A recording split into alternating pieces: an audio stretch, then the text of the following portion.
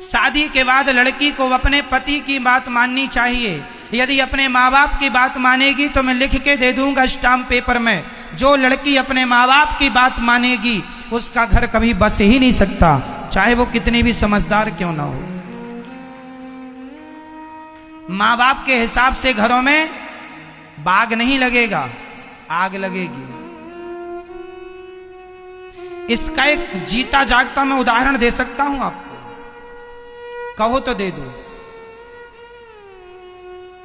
दे दूं? तो सुनो,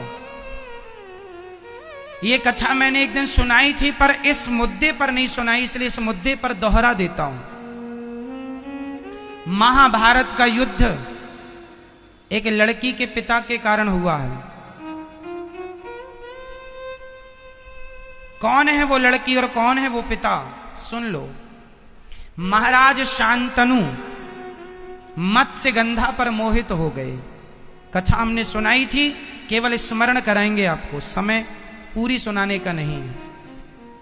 केवल इतिहास से हम आपका परिचय कराएंगे कि जिस लड़की ने अपने माँ बाप की बात मानी उसके जीवन में परिणाम क्या हुआ।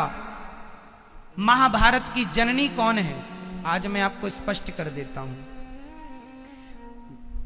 भीष्म पितामह गंगा पुत्र हो चुके थे। शांतनु का एक बेटा था, 14 साल की उम्र थी। भीष्म पितामह की उम्र कितनी थी? 14 साल का छोरा था भीष्म पितामह की उम्र। ये गंगा पुत्र थे। शांतनु गंगा जा चुकी थी, अपनी पत्नी के वियोग में ये तड़पते थे। एक दिन एक महिला इन्हें मिल गई, बड़ी सुंदर थी, उनसे विवाह करने का मन हुआ। उसका नाम था सत्यवती। मत्स्यगंधा भी कहते हैं, योजन गंधा भी कहते हैं। कई योजन तक उनके शरीर से खुशबू निकलती है, इसलिए योजन गंधा भी कहते हैं। ठीक है, मछली की गंध आती थी इसलिए मत्स्यगंधा भी कहते हैं। सत्यवती नाम है। सत्यवती एक केवट की बेटी थी, कथा हमने उस दिन विस्तार से सुनाई थी।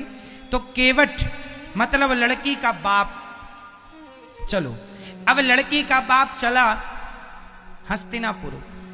हस्तिनापुर में महाराज शांतनु राजा थे। शांतनु तो अंदर थे। भेंट हो गई भीष्म पितामह से। उस समय भीष्म पितामह की उम्र कितनी थी? 14 साल के बच्चे से भेंट हो गई। तो जो लड़की का पिता मतलब मत्स्यगंधा का, सत्यवती के पिता जो केवट थे, उन्होंने कहा एक लड़की के बाप की दास्ता कह रहा हूं। उस